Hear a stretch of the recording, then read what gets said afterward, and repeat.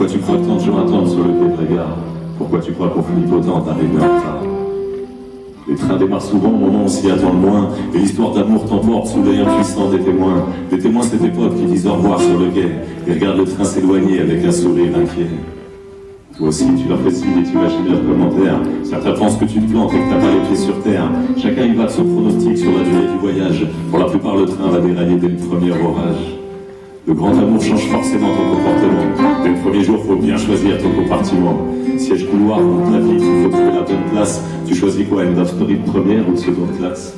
Sur les premiers kilomètres, une adieu pour son visage. Tu calcules pas derrière la fenêtre le défilé des paysages. Tu sens vivant, tu sens léger, tu ne vois pas passer l'heure. T'es tellement bien que t'as presque envie d'embrasser le contrôleur. Mais la magie ne dure qu'un temps et ton histoire bat de l'aile.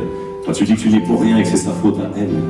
Le ronronnement du train te saoule et chaque virage t'écœure. Faut que tu te lèves, que tu marques, tu vas te dégourdir le cœur. Et le train ralentit, c'est déjà la fin de ton histoire. En plus, t'es comme un con, tes potes sont restés à l'autre gare. Tu dis au revoir à celle que t'appelleras désormais ton ex. Dans son agenda sur ton nom, elle va passer un coup de Tipex.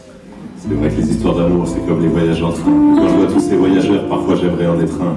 Pourquoi tu crois que tant de gens attendent sur le quai de la gare? Pourquoi tu crois qu'on flippe autant d'arriver en retard? Pour beaucoup, la vie se résume à essayer de monter dans le train, à connaître ce qu'est l'amour et se découvrir plein d'entrain. Pour beaucoup, l'objectif est d'arriver à la bonne heure, pour réussir son voyage et avoir accès au bonheur. Il est facile de prendre un train, encore faut-il prendre le bon. Moi je suis monté dans 2-3 rames, mais c'était pas le bon wagon. Car les trains sont capricieux et certains sont inaccessibles. Et je ne crois pas tout le temps qu'avec la SNCF c'est possible. Il y a ceux pour qui les trains sont toujours en grève, et leurs histoires d'amour n'existent que dans leurs rêves. Et il y a ceux qui foncent dans le premier train sans faire attention, mais forcément ils descendront déçus à la prochaine station. Il y a celles qui flippent de s'engager parce qu'elles sont trop émotives. Pour elles, c'est trop risqué de s'accrocher à la locomotive. Et il y a les aventuriers qui enchaînent voyage sur voyage. Dès qu'une histoire est terminée, ils attaquent une autre page. Moi, après mon seul vrai voyage, j'ai souffert pendant des mois. On s'est quitté d'un commun accord, mais elle était plus d'accord que moi. Depuis, je traîne sur le quai, je regarde les trains au départ. Il y a des portes qui s'ouvrent, mais dans une gare, je me sens à part. Paraît que les voyages en train finissent mal en général. Si pour toi c'est le cas, accroche-toi et garde le moral. Car une chose est certaine, il y aura toujours un terminus. Maintenant tu es prévenu. La prochaine fois tu prendras le bus.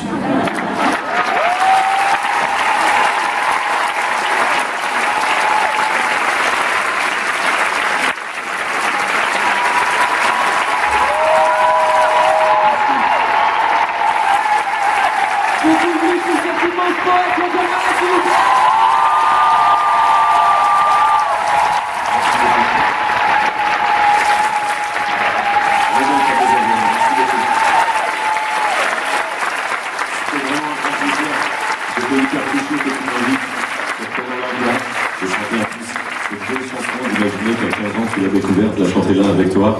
Merci de m'avoir invité, merci de m'avoir accueilli. À bientôt.